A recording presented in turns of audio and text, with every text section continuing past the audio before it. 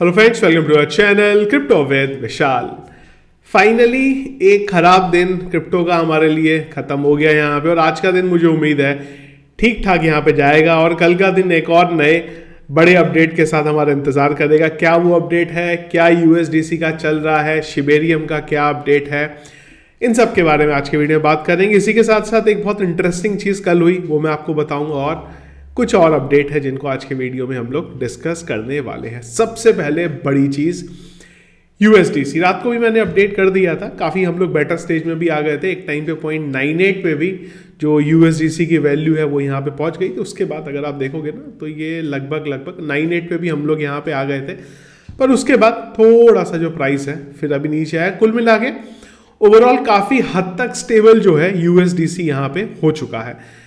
Circle ने भी officially Twitter पे हैंडल पे इन्होंने डाला, इन्होंने एक चीज़ और बोली है कि जैसे ही यूएस में जो बैंक्स हैं, यूनाइटेड स्टेट में बैंक रीओपन होंगे, उसके बाद इसकी जो प्राइस है वो मेंटेन होना जो है स्टार्ट हो जाएगी। ओवरऑल काफ़ी अच्छा काम किया है यूएसडीसी वालों ने, और शॉर्ट भी मैंने एक अपलोड किया था क्रिप्टो इनसाइट्स के चैनल पे इसी से रिलेटेड, तो वो आई गेस आप लोगों ने देख लिया होगा। तो ओवरऑल यूएसडीसी वाला जो फंड था वो यहाँ पे काफ़ी हद तक क्लियर होता हुआ दिखाई दे रहा है। पर क्या खत्म हो गई सारी चीज़ें? नहीं, सारी चीज़ें खत्म नहीं हुई है। यूएसडीसी वाली जो कहानी थी वो डेफिनेटली अभी खत्म होती दिख रही है, पर कुछ और चीज़ें हैं। पहली चीज़ है, कल बेसिकली एक फेड की मीटिंग होने वाली है यहाँ पे, जिसमें डिस्कस किया जाएगा एसवीबी के बारे में, जो यहाँ पे जो बैंक्स में उनका कोलैप्स हुआ है। अभी क्या वहाँ से और डिस्कस होकर निकल के आता है उसके बारे में पता चलेगा। ओवरऑल प्रॉब्लम वाली जो चीज़ है वो है अभी के लिए सिलिकॉन वैली बैंक का जो फेलियर यहाँ पे हुआ है, क्योंकि उस वजह से यूएस में काफ़ी सारी प्रॉब्लम क्रिएट हो रही है। अगर आप देखिए अभी तो एक सर्कल खाली बाहर आया था, उसने खाली ये चीज़ बोली कि हमारा इतना एक्सपोजर है। एक्सचेंजेस ऑलरेडी का जितनों एक्सचेंजेस के बारे में मैंने अभी तक सुना है, सबने क्लियर कट बोल दिया है कि हमारा कोई भी जो था, जो फंड क्रिएट हुआ है यहाँ पे एसवीबी का, हमारा उसमें कोई भी एक्सपोजर नहीं था। अभी भी मैं एक लिस्ट बना रहा हूँ सारे एक्सचेंजेस की जिन्होंने हाँ बोल दिया है, वो जल्दी आप लोगों के साथ में यहाँ पे शेयर कर दूंगा। लेकिन बहुत बड़ा इशू है ये, और अभी कई प्रोजेक्ट ऐसे आएंगे, कई कंपनीज ऐसे आएंगे जो इस चीज़ को डिक्लेयर करना स्टार्ट करेंगी। Silicon valley banks, UK bank shut down by bank of England. तो बहुत बड़ी चीज़ है ये अपने आप में। हम लोग क्रिप्टो के बारे में बात करते हैं, क्रिप्टो स्कैम है, क्रिप्टो में ये फंड हो गया। लूना के बारे में जब भी अक्सर मैं कुछ ट्वीट करता था, लोग बोलते थे फंड जीरो हो जाते, मैं बोलता हूँ जीरो कुछ नहीं होता। कई बार लोग एग्जांपल देते थे यहाँ पे, क्या लूना को भूल गए? तो अब बात आ जाती है क्या सिलिकॉन वैली बैंक को भूल गए यहाँ पे? तो चीज़ें इशू हर जगह पे हैं। आपने एक इंडस्ट्री को रेगुलेट किया है, उसके बाद भी इस तरीके से इशू है। तो खाली ये चीज़ बोलना क्रिप्टो मार्केट में चीज़ें होती हैं, खाली क्रिप्टो में स्कैम होता है, बाकी कहीं जगह नहीं होता है, ये हर जगह सेम की सेम चीज़ है। पर थोड़ा सा यहाँ पे वॉलेटाइल नेचर है, इसलिए चीज़ों को ज़्यादा हम लोग जल्दी नोटिस कर लेते हैं। बाकी जगह वॉलेटाइल कम है तो नोटिस में थोड़ा सा कम आता है। तो वही चीज़ जो है यहाँ पे हुई है। दूसरी एक और चीज़ के बारे में बात करेंगे। सीजी ने बहुत इंटरेस्टिंग ट्वीट किया है यहाँ पे, मैं एक बार आपको दिखाता हूँ, ट्वीट को ओपन होने देते हैं इसके बाद। तो सीजी ने बेसिकली, मैं आपको पूरा हिस्ट्री दिखाता हूँ क्या हुआ। तो सीजी ने कल एक ट्वीट किया 3 घंटे पहले, यहाँ पे इन्होंने बोला banks are a risk to fiat backed stable coin. यहाँ पे किसी ने बोला we need crypto backed stable coin. तो यहाँ पे सीजन ने एक बहुत इंटरेस्टिंग ट्वीट किया। इन्होंने बोला कि डूकॉन के बारे में, Dukaan actually had a right idea but just failed miserable on execution. अब भाई आपने कराया, किसने कराया पता नहीं, पर कुल मिला के इनका बोलना है कि यार डूकॉन जो करना चाहता था वो बिल्कुल सही करता था वहाँ पे, पर उसको एग्जीक्यूट वहाँ पे नहीं कर पाया। यहाँ पे बात हो रही है जो लूना वाला क्रैश हुआ था, टेरा लूना वाला जो क्रैश हुआ था, उससे रिलेटेड है। शिबेरियम के बारे में कल नाइट को अपडेट आया। खैर कुछ इससे बहुत बड़ा अपडेट प्राइस में अभी पड़ेगा नहीं इमीडिएटली, क्योंकि शिबेरियम का जो अर्ली बीटा टेस्ट है खाली वो लाइव हुआ है। तो बीटा का भी अर्ली जो टेस्टिंग चल रही है उसके बारे में यहाँ पे लाइव करा किया गया, और उनके ऑफिशियल हैंडल ने भी इस चीज़ को बोला। इसमें कोई वो वाली बात नहीं है कि आएगा जाएगा, ये चीज़ एटलीस्ट लाइव हो गई है। इसके बाद बीटा लाइव होगा, इसके बाद चीज़ें मेन नेट पे टेस्ट होगा, उसके बाद मेन नेट होगा। तो मेरे हिसाब से टाइम लगेगा अभी मेन नेट पे चीज़ों को आने में, सारी चीज़ें टेस्टिंग होंगी। अभी इसमें बग निकलेंगे, 10 चीज़ें हैं, तो मुझे लगता है मेन नेट के आने में भी आप लोगों को जो टाइम है वो यहाँ पे लग सकता है। ओवरऑल ये चीज़ें चल रही हैं फिलहाल क्रिप्टो मार्केट में।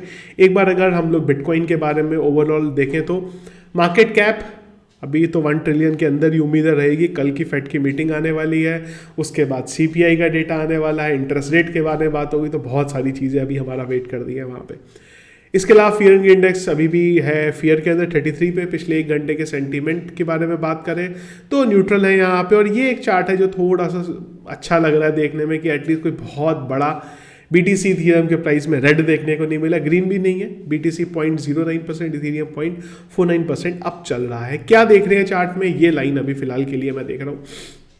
ये देखिए, तो ये एक एरिया था हमारा रेजिस्टेंस वाला जिसको हम लोगों ने ब्रेक करा था, और अब यही एरिया हमारे लिए सपोर्ट का काम कर रहा, सॉरी ये एरिया था सपोर्ट हमारे लिए एक टाइम पे बना था, और अब वही टूटने के बाद रेजिस्टेंस का हमारे लिए काम कर रहा है। तो एक बार ये एरिया हमारा ब्रेक होता है, एक स्पाइक जरूर आया था, पर उसके बाद फिर हम जानते ही हैं क्या हुआ कल के दिन में, तो हम लोग नीचे आ गए फिर से। अब हम लोग उसी लेवल को यहाँ पे टेस्ट कर रहे हैं। तो कुल मिला के मैं फिलहाल आज के दिन में BTC को ज़्यादा दे नहीं रहा हूँ, क्योंकि मैं ट्रेड वेट के मूड में यहाँ पे नहीं हूँ। फ्यूचर पे तो मैं वैसे भी अभी नहीं ले रहा हूँ।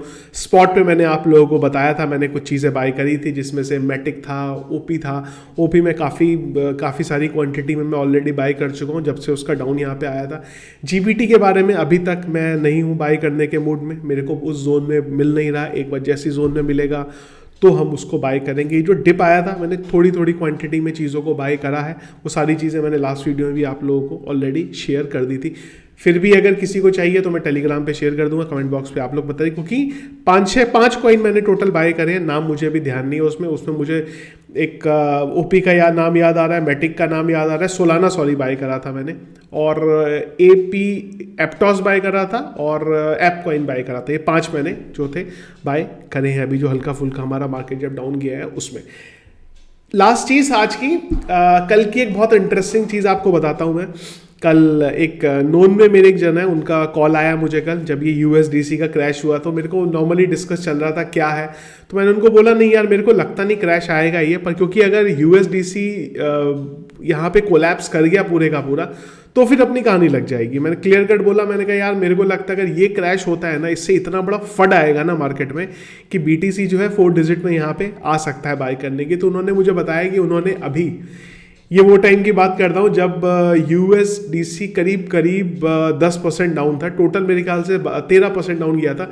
जब 10% डाउन था तब मेरी बात हुई, तो उन्होंने मुझे बताया था कि 10 लाख USDC बाय करें उन्होंने। उनका क्लियर कट बोलना था कि नहीं यार ये किसी हालत में कोलैप्स नहीं होगा, रिकवर हो जाएगा। और रिस्क है एक्चुअली में बहुत बड़ा, ये इतना बड़ा रिस्क लेने की मेरी हिम्मत नहीं है, पर वो बंदे ने 10 लाख के यहाँ पे बाय करे, और उसके बाद जैसे ही ये 2% डाउन दिख रहा था वो टाइम पे सेल आउट कर दिए। कुल मिला के आधे दिन के अंदर 8% का प्रॉफिट। अब 10 लाख का 8%, 10 लाख हम लोग डॉलर की बात कर रहे हैं, 10 लाख डॉलर का 8% अब आप यहाँ पे निकाल सकते हैं कि खाली आधे दिन के अंदर प्रॉफिट। तो ये रिस्क है, और ये भरोसा है इस चीज़ के ऊपर कि नहीं यार मुझे पता है ये चीज़ डाउन नहीं होगी। मुझे भी पता था कि USDC कोलैप्स यहाँ पे नहीं होगा, आसार बहुत कम है, लेकिन आसार कम है इसका मतलब ये नहीं होता कि आप फंड लगा दो। हम लोग बहुत दिनों से बात कर रहे थे कि मार्केट यहाँ से नीचे गिरेगा, पर लग रहा है चार्ट देख के, पर ये नहीं आप बोल सकते गिरेगा यार मैं सब कुछ बेच बाच के अपना ये लगा दो। उन्होंने क्या करा, ये चीज़ मैं एक लेसन के लिए आपको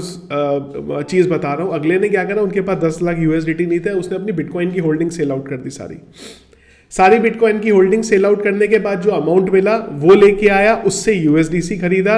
USDC जब अप हुआ 8% पे उसको बेच दिया, उसके बाद जो होल्डिंग आई उससे फिर BTC खरीद लिए। तो BTC का प्राइस लगभग वही निकला, $100-200 के ऊपर नीचे BTC का प्राइस हुआ, उसमें इतना कुछ फर्क नहीं पड़ा, पर वहां से अच्छी खासी कमाई होगी।